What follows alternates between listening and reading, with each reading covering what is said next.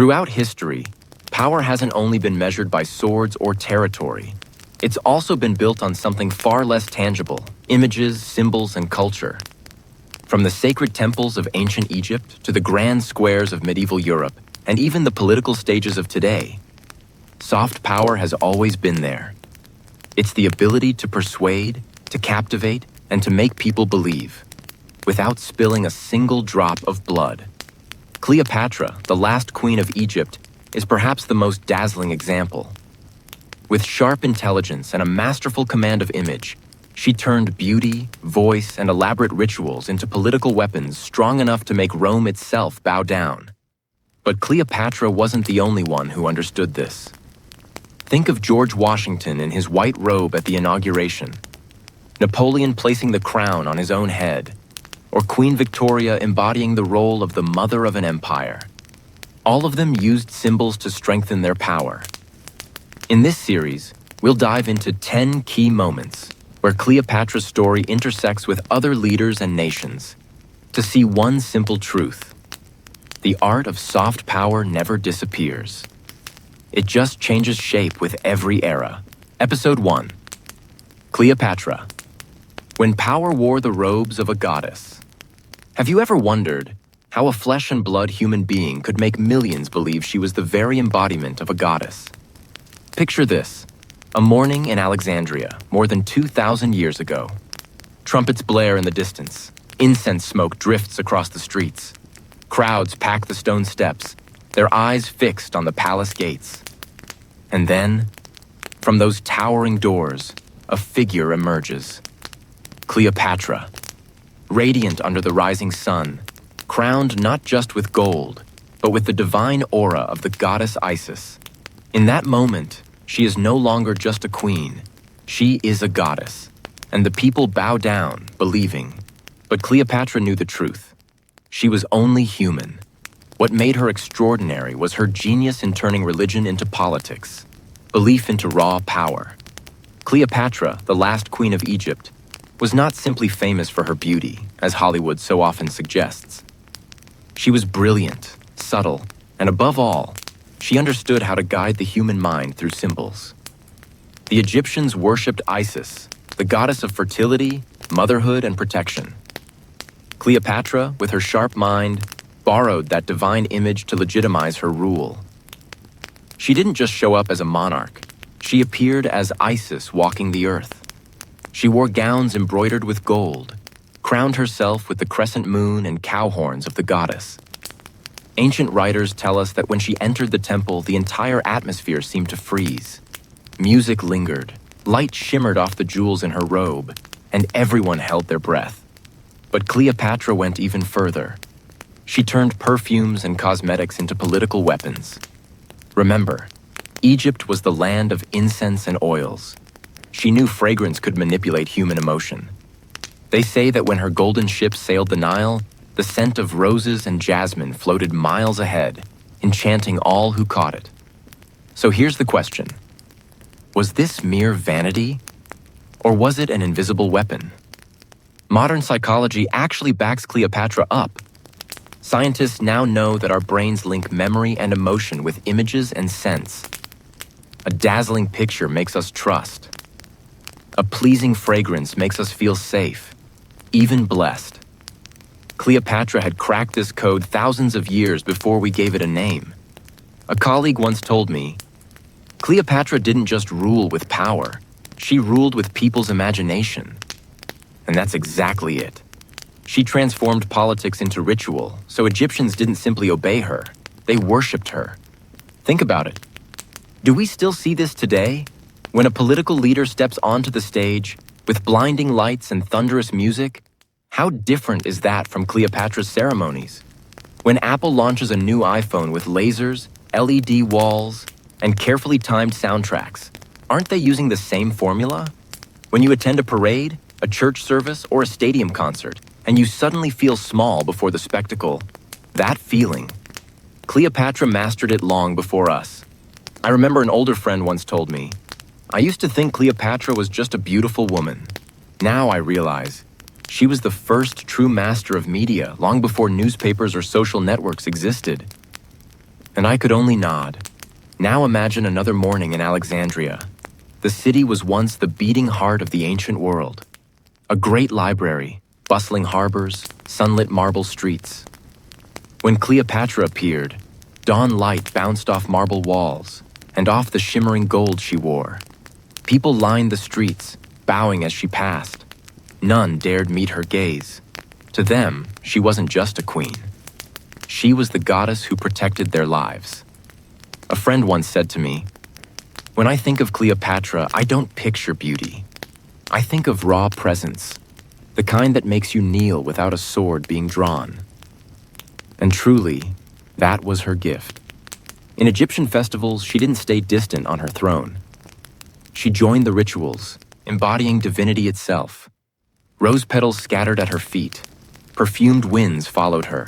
Each step confirmed the illusion. The goddess Isis had come alive in their queen. From today's perspective, that was brilliant political science. When power is fused with religion, it stops being mere politics. It becomes sacred. And once something is sacred, who dares challenge it? So let me ask you, have you ever seen a symbol so elevated it felt untouchable? A flag, a national anthem, even a leader? Cleopatra had perfected that formula millennia ago.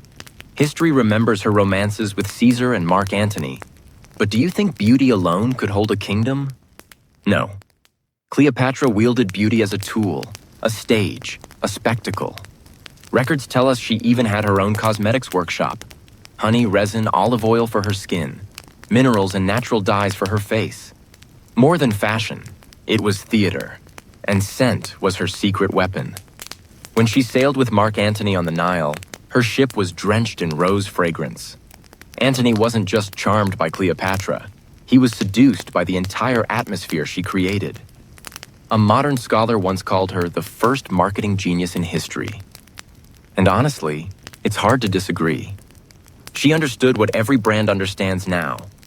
The product matters, but the presentation is everything. Psychologists say people are deeply influenced by grandeur. Festivals, music, dazzling lights, they overwhelm us, and in that awe, we yield to authority. Cleopatra grasped this. She didn't just practice politics. She practiced emotional design. Have you ever sat in a concert with thousands singing together and felt part of something greater than yourself? Cleopatra created that same feeling, but with rituals, scents, and divine imagery. And look around today. The formula still works. A presidential inauguration, music, flags, fanfare, a tech launch, lights, visuals, soundscapes. Suddenly, it's not just an event. It feels like history. Cleopatra would have thrived in the 21st century as the CEO of a global media empire. So here's my question to you. When a person cloaks themselves in divinity to rule, is it deception or brilliance? If you had lived in her time, would you have believed Cleopatra was Isis? And in our own time, are there symbols you've already surrendered to without realizing? One listener once wrote to me, "Hearing your story of Cleopatra reminded me of my childhood. During parades, I felt overwhelmed, convinced my country was powerful beyond doubt. Maybe that's the same feeling Egyptians once had. Reading that, I knew I had to keep telling these stories. Because history isn't just the past, it's a mirror to our present." Cleopatra achieved something extraordinary.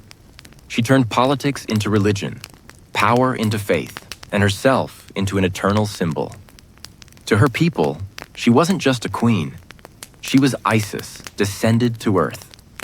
And maybe that's why, even though her dynasty fell, her name lives on. In our next episode, we'll dive into something far less obvious. Cleopatra's voice. How her words could seduce not just men, but an entire nation. Stay tuned. You'll be surprised by the power of a whisper. Episode 2.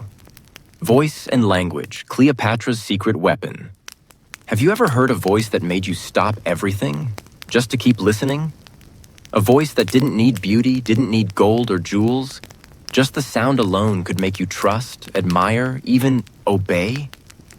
Cleopatra had that kind of weapon. We usually imagine Cleopatra through the lens of her legendary beauty. But few people know that the Romans wrote, "It was her voice that truly conquered hearts." So what was hidden behind that voice? Here's the first thing you need to know. Cleopatra was one of the very few pharaohs who could actually speak native Egyptian. Sounds strange, right? Her dynasty, the Ptolemies, were Greek rulers of Egypt. Most of them never even bothered to learn the Egyptian tongue. They ruled from a distance, with language as a barrier. But Cleopatra was different. She didn't just speak Greek and Egyptian. She mastered many others. Some sources say she could use 7 or 8 languages: Ethiopian, Arabic, even Hebrew and Persian. Now imagine this. You're a visitor from a faraway land, and the most powerful person in Egypt greets you. Not through a translator, but in your own mother tongue. Wouldn't you feel respected? Cleopatra turned language into politics. Today we'd call it cultural diplomacy. The Roman writer Plutarch once said, "Her beauty was not what made her irresistible. It was her charm in conversation, her voice, sweet as honey." Think about that. For thousands of years, history has remembered countless beautiful women. But Cleopatra stands out not because of her looks, but because of the way she spoke. Her voice was said to be melodic, soft, and deeply emotional. It could make people forget their prejudices, even forget their logic. Modern psychology has a name for this: the seductive voice effect. We tend to see people more positively when their voice is warm, rhythmic, and expressive. Cleopatra figured this out 2,000 years before science gave it a name. Have you ever listened to someone telling a story and it felt like sitting by a fire? You just didn't want to leave? That's what her voice was like. Take Julius Caesar, for example, the man who conquered half the known world. He'd met queens, princesses, and rulers of every kind. But when Cleopatra spoke to him, she didn't just use Latin. She told him stories about Egypt, about the Nile, about the goddess Isis. Not like a politician giving a speech, but like a woman confiding in a friend. That blend, intellect wrapped in intimacy, was what turned Caesar from an ally into something much more. Even today, diplomats say, negotiations are rarely won with numbers. They're won with stories, told at the right time, in the right voice. Cleopatra was doing that long before diplomacy became a profession. I want you to picture Cleopatra as a performer. When she spoke, she used rhythm, pauses, her eyes, her hands. People said she knew exactly when to stop talking, letting silence speak for her. When receiving foreign envoys, she might first overwhelm them with splendor and ceremony. But then she'd lower her voice, soften her tone, speak as if to a friend. That contrast was powerful. Modern leaders use the same trick. Think of Martin Luther King Jr. and his "I have a dream." Not just the words, but the way he repeated them, the rise and fall of his voice, the pauses that made you feel every syllable. Cleopatra did that, 2,000 years earlier. Language isn't just communication, it creates reality. Cleopatra knew that to change how people saw her, she couldn't just give orders. She had to speak in the words they wanted to hear. When you learn someone's language, you don't just learn vocabulary, you learn their worldview. Cleopatra stepped into the world of many peoples, and in doing so, she saw more perspectives than almost any ruler of her time. Even today, we're still drawn in by voices. From radio hosts, to TED speakers, to YouTubers you love. The voice is the bond. Cleopatra used her voice in the same way, making even the most powerful men in Rome feel like they weren't talking to a queen, but to a friend. So let me ask you, in your own life, is there a voice that has stayed with you? Maybe a teacher, a mother, someone who changed the way you see the world. For Cleopatra, her voice didn't just touch hearts. It shaped the destiny of empires. Cleopatra didn't rule with swords or temples alone. She ruled with language, with her voice. And that voice became a bridge between Egypt and Rome, between a queen and the most powerful men of her age. In the next episode, we'll step into another side of Cleopatra, the lavish rituals and perfumes. How can a ceremony become a political weapon?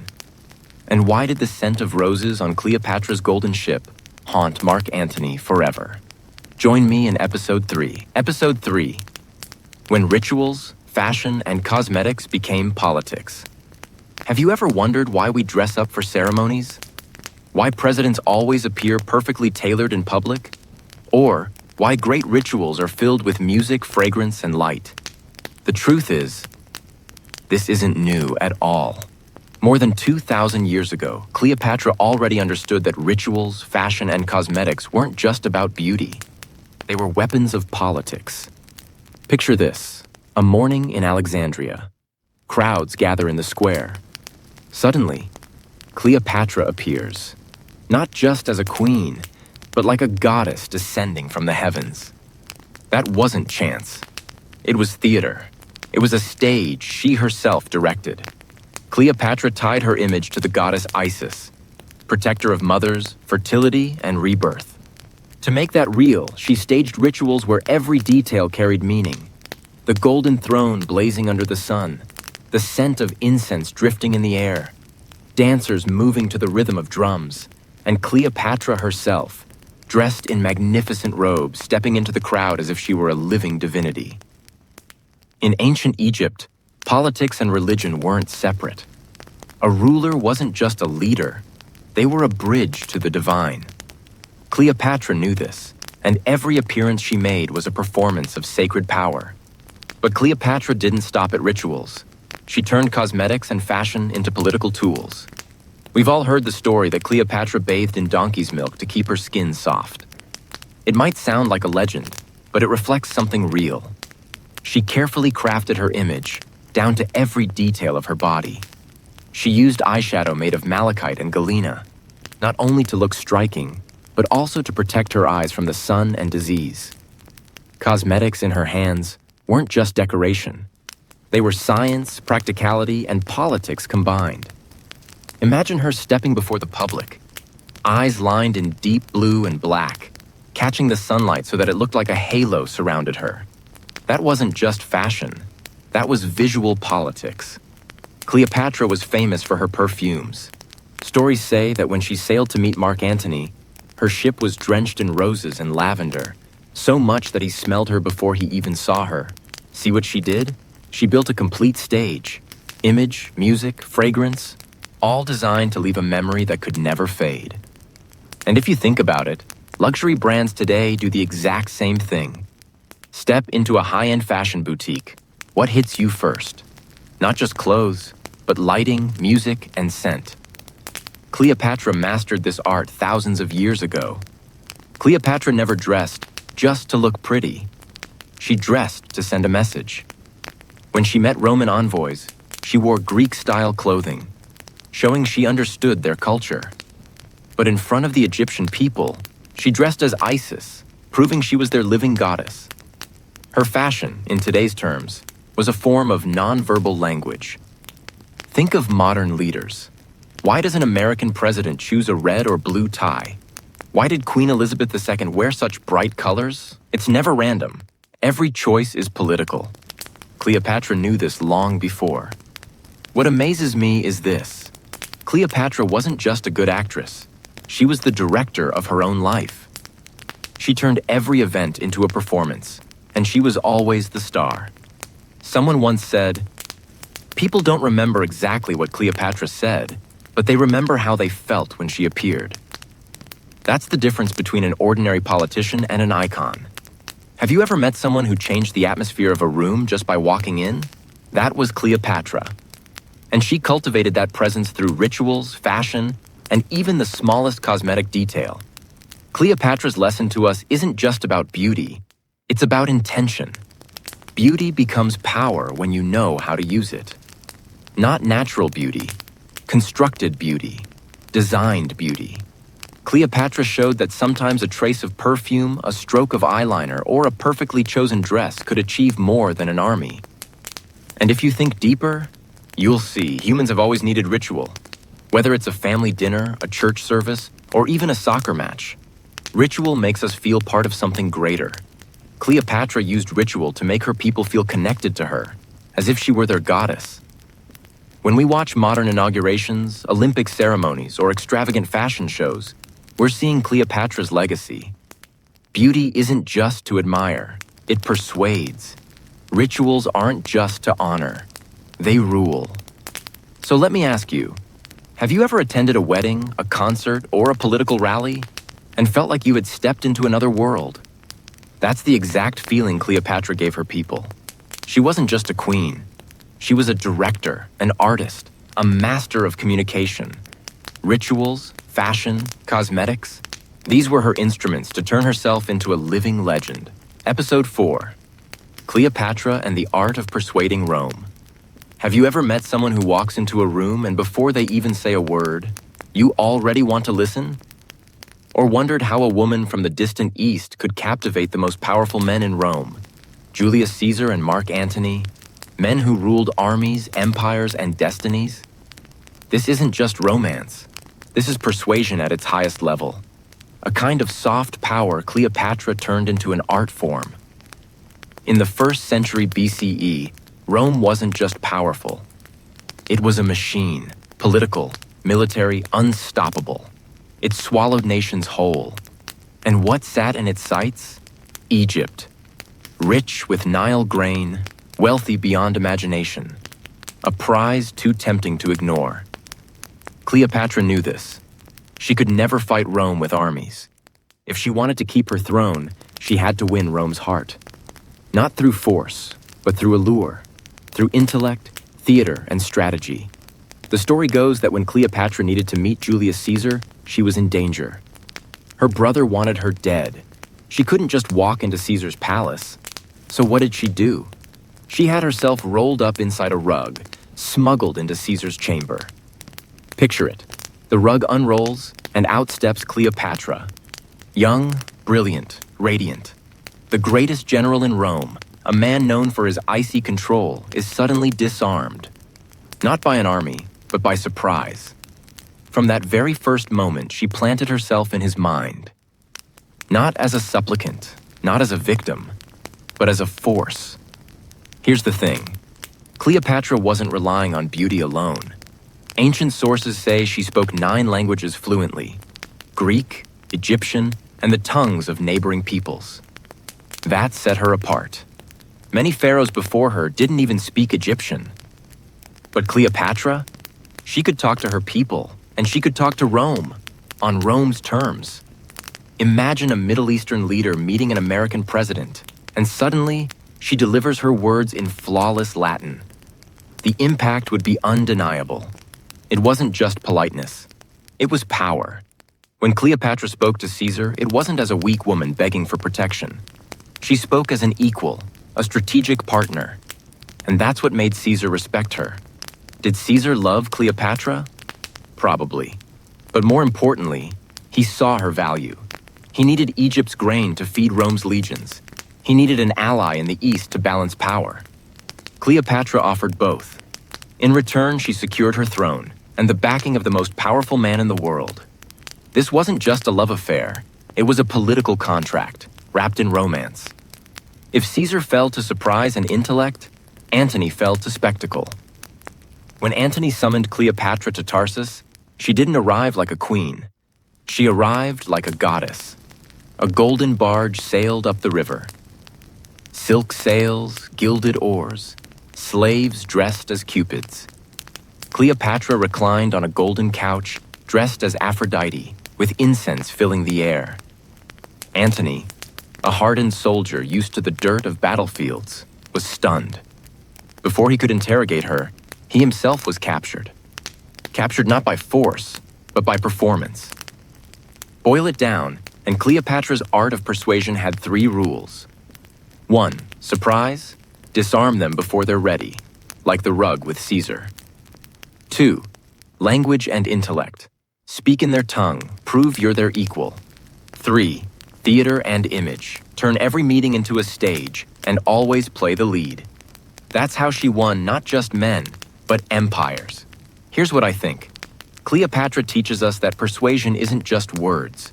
It's the feeling you leave behind. Think about it. Can you remember the exact sentences of someone who changed your mind? Probably not. But you remember how they made you feel. That's what Caesar and Antony felt. They weren't just convinced. They were swept into Cleopatra's world. Today, the greatest politicians, the best public speakers, even business leaders, still use Cleopatra's method. Steve Jobs launching the iPhone. He didn't just show a gadget. He created theater, suspense, wonder. Cleopatra did the same. Only instead of tech, she used myth, ritual, and emotion. So let me ask you, if you were Caesar or Antony, could you resist someone like Cleopatra? And closer to home, have you ever been persuaded not by logic, but by someone's sheer presence? That's persuasion. That's power. Cleopatra wasn't just a beautiful woman. She was an artist of persuasion. She turned mighty Rome into her audience. In the next episode, we'll dive deeper into one of history's most famous political love stories, Cleopatra and Julius Caesar. Was it truly love or strategy? Stay tuned. Episode 5, Cleopatra and Julius Caesar. Love or politics? Let me ask you something. Do you believe in love at first sight? That single moment, one glance, and suddenly you know your life will never be the same again? Cleopatra and Julius Caesar, two names forever linked in history. For centuries, their story has been told as one of the greatest romances ever lived. But if we look closer, beyond the gaze of passion and the nights of luxury, we see something else. A brutal game of power. So, were they truly in love? Or simply using each other to survive and to rule? When Caesar stepped into Alexandria, he was no ordinary general. He was the victor of a civil war, the most powerful man in Rome. And Cleopatra? She was a young queen, deposed by her brother, forced into exile. She had no loyal army, no solid allies. What she had left were her mind, her beauty, and her daring courage. This was the stage for one of the most legendary encounters in history. They say Cleopatra had herself smuggled into Caesar's chambers, wrapped inside a carpet. And when the carpet unrolled, there she was, radiant, audacious, unforgettable. Pause for a moment. Picture Caesar, a warrior who had seen rivers of blood, who had marched across continents. Yet here he was, stunned into silence, not by an army, but by the spectacle of a queen who dared everything. It wasn't just an entrance, it was a declaration. I am Cleopatra, I will not beg. I will stand as your equal. We often romanticize that Caesar fell in love at first sight. But let's be realistic. Caesar was one of the most practical men in history. What did he see in Cleopatra? 1. A wealthy Egypt, a grain basket that could feed half of Rome. 2. A strategic ally, a queen who could stabilize the East. 3. An intelligent, magnetic woman who could guarantee her nation's loyalty. In other words, Caesar didn't just see desire, he saw political value. But make no mistake, Cleopatra wasn't just a pawn. She was playing her own game. She needed Caesar to reclaim her throne from her brother Ptolemy XIII. Without him, she was nothing but a queen in exile. But Cleopatra didn't plead. She persuaded. Through wit, through language, through charisma, she showed Caesar, I am not simply a woman. I am Pharaoh. I can be an equal partner to Rome. And Caesar agreed. With his support, Cleopatra regained her throne. And after the war, the two of them spent weeks sailing down the Nile. To some, they looked like lovers. To others, they were two rulers, planning the future of their worlds. The image is powerful. By moonlight on the Nile, Cleopatra telling Caesar about the gods of Egypt, Caesar sharing his dreams for Rome. Yes, there was love, but woven into that love were politics, power, and strategy. Cleopatra gave birth to a son, Caesarion, the son of Caesar. To Cleopatra, it was proof of love. To historians, it was also a masterstroke. If Caesar acknowledged the child, then Cleopatra's place was secure, not just as a lover, but as the mother of Rome's bloodline. Some Roman writers painted Cleopatra as a seductress, a manipulator who used her body to trap Caesar. But many modern scholars see this as Roman sexism, a refusal to admit that Cleopatra was not just a lover, she was a strategist.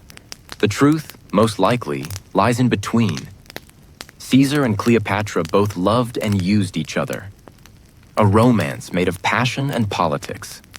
Here's the strange thing. Sometimes in love, it's impossible to know where emotion ends and calculation begins. Have you ever been in a relationship where you both loved and needed each other?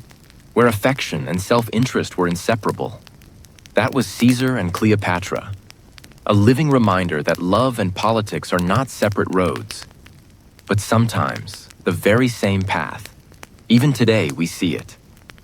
Political marriages, business alliances wrapped in romance, love stories in which power and passion intertwine. Caesar and Cleopatra were simply the grandest example of a pattern that never dies. So I ask you, do you believe Caesar and Cleopatra were truly in love? Or was it all a masterpiece of politics and power? Their story didn't end in happiness. Caesar was assassinated. Cleopatra lost her strongest ally. But from that moment, another figure entered her life, Mark Antony. And together, they would form a bond that changed the destiny of the ancient world. In our next episode, we'll explore Cleopatra and Mark Antony, the fateful alliance that shook history. Episode 6. Cleopatra and Mark Antony, a fateful alliance. Have you ever seen a love that's both beautiful and dangerous? Like fire itself? Fire can keep you warm on a cold night, but it can also burn everything to ashes. That's the story of Cleopatra and Mark Antony. A romance, yes, but also a global power struggle, where Rome, Egypt, and the fate of the Mediterranean were all at stake. In 44 BC, Julius Caesar was assassinated right in the Roman Senate. For Cleopatra, it was a disaster. She lost her greatest protector. Suddenly, she was alone, ruling Egypt under suspicion, surrounded by enemies, distrusted by Rome. But she didn't crumble. Like a phoenix, Cleopatra rose again. She looked around and thought, if Caesar is gone, another Roman will rise. And that man was Mark Antony. Antony wasn't like Caesar. He wasn't a cold-blooded politician. He was a soldier, a warrior born. Known for his courage on the battlefield, for winning over soldiers with banquets, wine, and his wild generosity. If Caesar was the mind, Antony was the heart. If Caesar calculated, Antony exploded. So when Cleopatra and Antony met, it was like sparks colliding, and the fire roared to life. Cleopatra never did anything ordinary. She sailed to meet Antony on the Cydnus River aboard a golden ship, with purple sails, silver oars, and clouds of perfume filling the air. Her servants dressed as cupids, musicians as nymphs, and Cleopatra herself appeared as the goddess Isis, radiant and divine. Picture it. The entire city of Tarsus stunned into silence. Was this a political meeting or a scene from mythology itself? And Antony, the hardened warrior who had seen hundreds of battles, was conquered instantly. Their love quickly became legendary. Antony followed Cleopatra back to Alexandria. Together they lived like gods, hosting lavish feasts that Roman historians mocked as the revels of the idol. But don't be fooled. It wasn't only passion. Cleopatra needed Antony to protect Egypt from Rome's expansion. Antony needed Cleopatra's wealth, food supplies, and Eastern allies for his bid to control Rome. Once again, love and politics were inseparable. Cleopatra and Antony had 3 children together: Alexander Helios, Cleopatra Selene, and Ptolemy Philadelphus. These children weren't just symbols of love. They were political bonds, making the alliance nearly unbreakable. In Egypt, Antony was celebrated like a god from the West. But in Rome, whispers spread. Antony has betrayed Rome for an Eastern queen. And behind those whispers was his rival, Octavian. Octavian knew he didn't have to defeat Antony's army first. He just had to destroy Antony's image. His message was simple.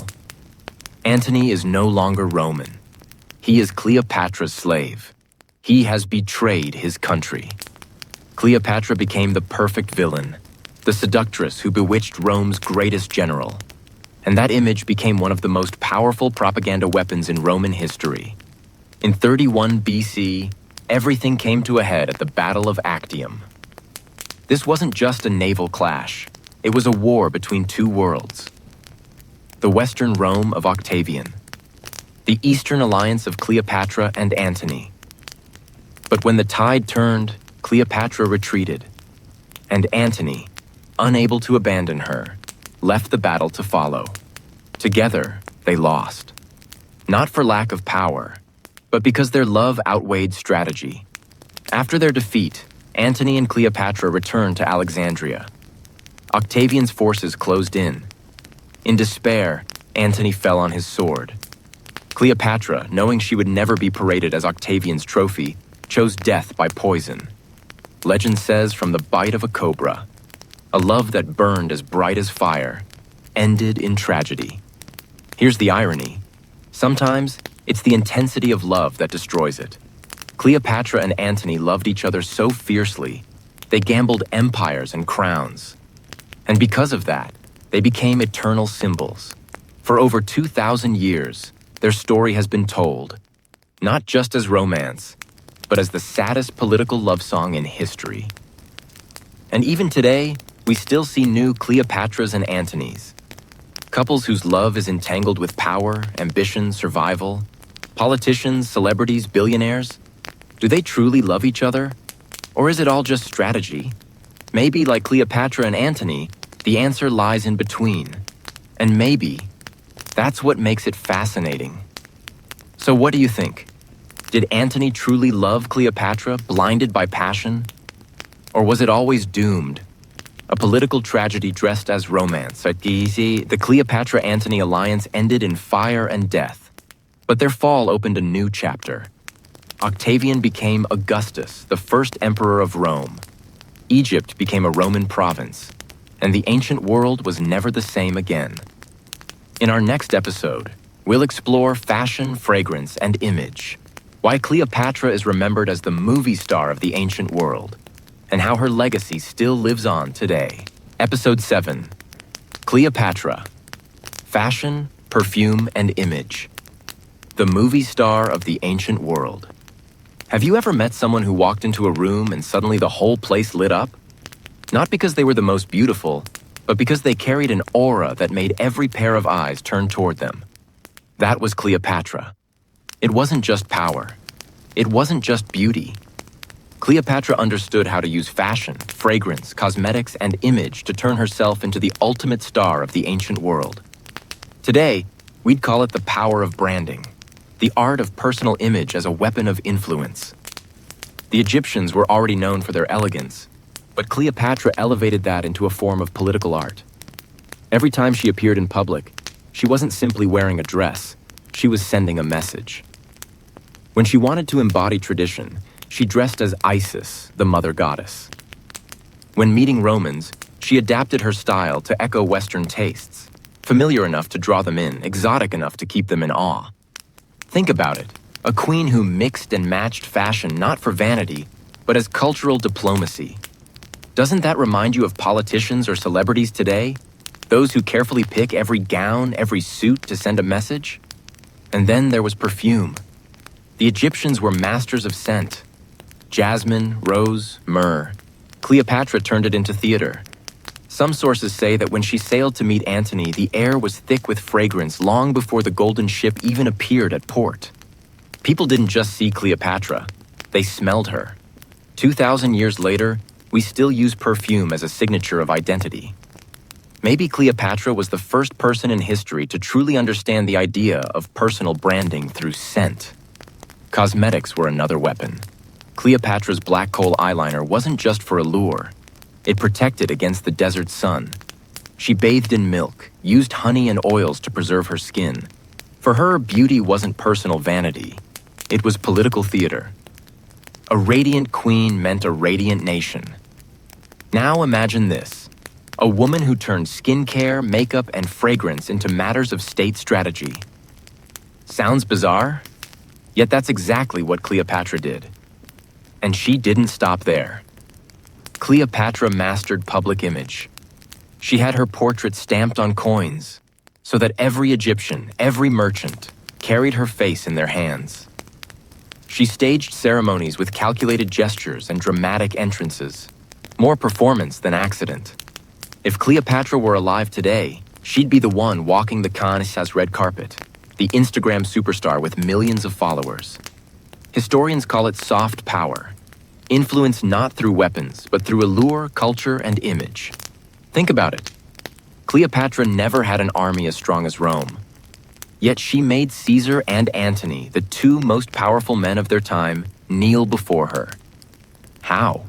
Not just through love, through the art of branding herself as a living goddess. And today, the echoes are everywhere. A politician choosing a red tie instead of a blue one to project power.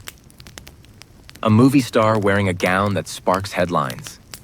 A CEO dressing simply to carve out an image of being for the people. Whether they know it or not, they're all students of Cleopatra. So let me ask you, do you think beauty really is the most dangerous weapon in human history? If Cleopatra hadn't mastered fashion, fragrance, and image, would she still be a legend, or just a forgotten queen in dusty scrolls? Cleopatra proved one thing. Real power doesn't just live in swords and armies. It lives in the gaze, the smile, the scent that lingers in memory. And in the next episode, we'll shift to something that feels even more timeless. Religion and power. How Cleopatra's image as a goddess connects to kings of medieval Europe, who claimed their crowns came straight from God. Episode 8. Religion and Power. Cleopatra and the Kings of Europe. You've probably heard the saying, power comes from God, and the king is his chosen one. For centuries, that belief shaped the destiny of Europe. But if we look further back, we discover that this idea wasn't born in medieval cathedrals. It had already appeared in ancient Egypt in the form of Cleopatra. She wasn't just a queen sitting on a throne. She wrapped herself in the mantle of divinity, embodying Isis, the mother goddess, so that her political authority carried a sacred aura. To oppose her wasn't just to challenge a ruler, it was to defy the divine. This is how Cleopatra blurred the line between politics and religion. And more than a millennium later, kings of Europe would do the same. Around 1500 years after Cleopatra, European monarchs, especially in France, declared that they ruled by divine right. In other words, their crown wasn't granted by men, but by God himself. Imagine the scene. Reims Cathedral in France blazing with candlelight. Clouds of incense filling the air. Bishops chanting solemn prayers as the crowd looks on in awe. Then holy oil is anointed on the king's head. In that very moment, he is no longer a man. He is God's chosen one. Sound familiar? Rituals, costumes, incense, sacred light, all transforming politics into a stage of religion. It's a mirror image of Cleopatra's performance as Isis in ancient Egypt. One Western historian once wrote, "No power is more enduring than the power built on faith." Cleopatra understood this long before medieval Europe. Kings like Louis XIV or Henry VIII only carried the torch forward, reshaping the stage but playing the same game. And in both cases, one truth remained. It wasn't just about the gods. It was about belief. As long as people believed, the throne was secure. The moment belief collapsed, power crumbled, sometimes in a single night. Does any of this sound distant? Maybe not, because even today we still live inside rituals of power. An American president swears the oath of office on a Bible. A European prime minister stands tall before a flag, while the national anthem plays. A tech CEO unveils a product under dazzling LED lights, framed like a prophet of the future.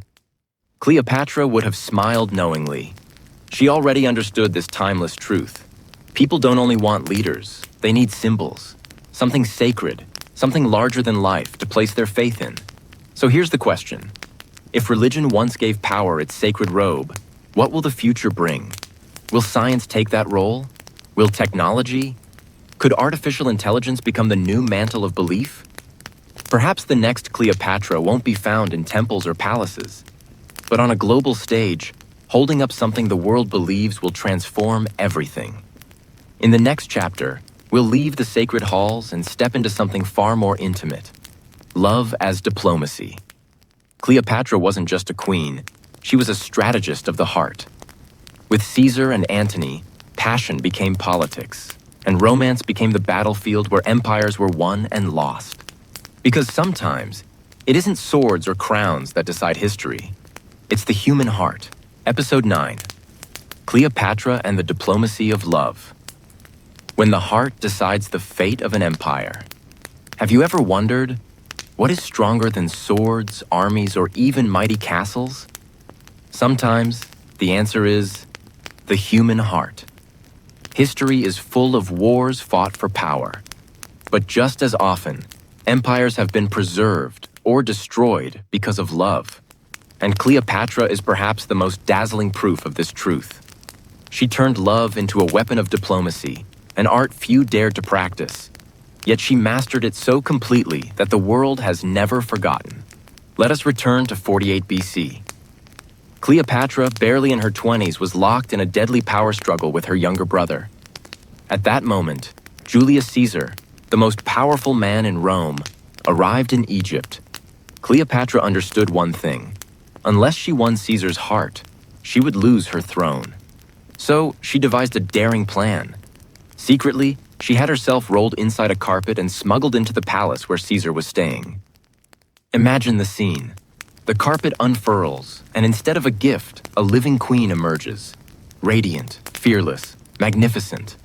In that instant, Caesar must have realized Cleopatra was no mere girl. She was a force. From that meeting sprang a relationship that was both romance and politics. For Caesar, Cleopatra was not just a lover, but the living symbol of Egypt, a wealthy land crucial to Rome's ambitions. For Cleopatra, Caesar was not only a man of unmatched power, but the shield that would secure her throne. Their love was a treaty without signatures. Every kiss, every glance, was a clause in this unspoken alliance. Does that sound so far from today? Even now, personal relationships, seemingly private, often carry immense political weight. That is why the world's press still obsesses over the love lives of presidents, royals, and celebrities. When Caesar was assassinated in 44 BC, Cleopatra lost her greatest protector. Yet she did not collapse into despair. Instead, she turned to Mark Antony, one of the 3 men who now ruled Rome. If her bond with Caesar was one of calculation and strategy, her union with Antony was a tempest of passion. Cleopatra not only captured Antony's heart, she bewitched him to the point of defying Rome itself. One historian wrote, "Antony was like a warrior bewitched, willing to abandon his honor, his duty, even Rome itself, just to follow Cleopatra." Have you ever seen someone love so fiercely they forgot who they were? That was Antony. But here we must ask, did Cleopatra truly love, or was it all strategy? The truth, perhaps, lies in between. Yes, Cleopatra was calculating, choosing the right man at the right time. But history also leaves us glimpses that are deeply human. The glances, the intoxication, the lavish feasts, and in the end, their tragic deaths together. That was not politics alone. That was real love. Love dragged into the whirlpool of power. Historians call this the diplomacy of intimacy. It was not new. For centuries, marriages and romances were tools of politics across Europe and beyond. But Cleopatra was different. She was not bartered away as a pawn in dynastic marriages. She chose. She seduced. She turned love into a living treaty. This transformed her from an object of exchange into a player, the central player, on the board of diplomacy. We may not see such naked diplomacy of love today, but echoes remain. The power couples of politics and business. Family alliances cemented through marriage. Even celebrity relationships that ripple with global influence. All of these are modern fragments of the game Cleopatra once played. So what do you think? If Cleopatra had never stepped out of that carpet, would Roman and Egyptian history have turned out the same? Do you believe love, something often dismissed as fragile, can actually reshape the map of the world? Cleopatra proved it could. Diplomacy does not always unfold in marble halls. Sometimes, it is decided in the private chambers of the human heart. In the next chapter, we face tragedy. The fall of Cleopatra, when love, politics, and power collided in a fate no one could escape. It will be a sorrowful story, but it is also a reminder. Even the most powerful cannot escape destiny. Episode 10, The Fall of Cleopatra. Love, politics, and a tragic death. Have you ever thought that a love story could end an entire civilization? This is not a novel, not a film. It is history. The real fate of Cleopatra, the last queen of Egypt. Today, we enter the final chapter, when love, politics, and power collided and shattered into tragedy. In 31 BC, Cleopatra and Mark Antony faced their ultimate rival, Octavian. The naval battle at Actium was not just a military clash. It was the moment that sealed Egypt's destiny. Antony's fleet, sailing with Cleopatra, was crushed in defeat. Legend says that when Cleopatra withdrew, Antony abandoned the battlefield to follow her, choosing love over victory. It was more than a romantic gesture. It was the end of their political ambitions. After the defeat, Antony and Cleopatra retreated to Egypt. But Octavian advanced, pressing them into a corner. Antony, once one of Rome's greatest warriors, was driven to despair.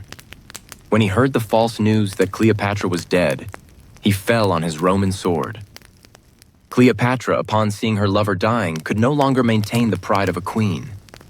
She held Antony in her arms. Some accounts say it was she who guided him to his final breath. Not long after, Cleopatra herself faced Octavian. Rome wanted her paraded through the streets, a chained trophy, a living conquest. But Cleopatra understood. Chains were not her destiny. She chose death. The manner remains a mystery. Some say a venomous asp, others say a vial of hidden poison. What is certain is that Cleopatra chose her own end. In her final moments, she was no longer only Antony's lover or Queen of Egypt. She was defiance itself, an immortal symbol refusing submission. Her death did not just close a life. It ended the Ptolemaic dynasty. It ended Egypt's independence. From that day, Egypt became a Roman province. But Cleopatra's legacy never died. For millennia, she has remained a symbol of love and passion, of intelligence and power, and of a tragedy written not by armies, but by the human heart. What makes Cleopatra unforgettable is not only that she died as a queen, but that she lived as a human being, with love, ambition, cunning, and mistakes. That is why, thousands of years later, we are still here, telling her story. Cleopatra is not eternal because she won, but because she dared to live fully and left her mark on the heart of history. Have you ever faced a choice between reason and the heart? Have you ever made a decision, small as it seemed, that changed the course of your life forever? Cleopatra's story reminds us, power can crumble, empires can fall, but what comes from the heart endures. And so, our journey of 10 episodes comes to an end. From Cleopatra of Egypt to European monarchs, from lavish rituals, languages, and fashion, to love and tragic death, we have walked together through history's grand stage. I hope you have seen not only a queen, but also the human shadow behind history. Ambition, power, love, and the fragility of fate. If you followed this far, then you too, like me, believe that history is not just numbers and dates, but real stories, strange, human, and alive. Subscribe and turn on the bell so you won't miss the next series. If you found these stories worth sharing, send this video to your friends and loved ones, so history becomes a living conversation, not a dry textbook. And don't forget to comment below. What do you think of Cleopatra? Was she a victim of love, or a master strategist who chose the wrong final move? I can't wait to read your thoughts, because history never runs out of stories to tell.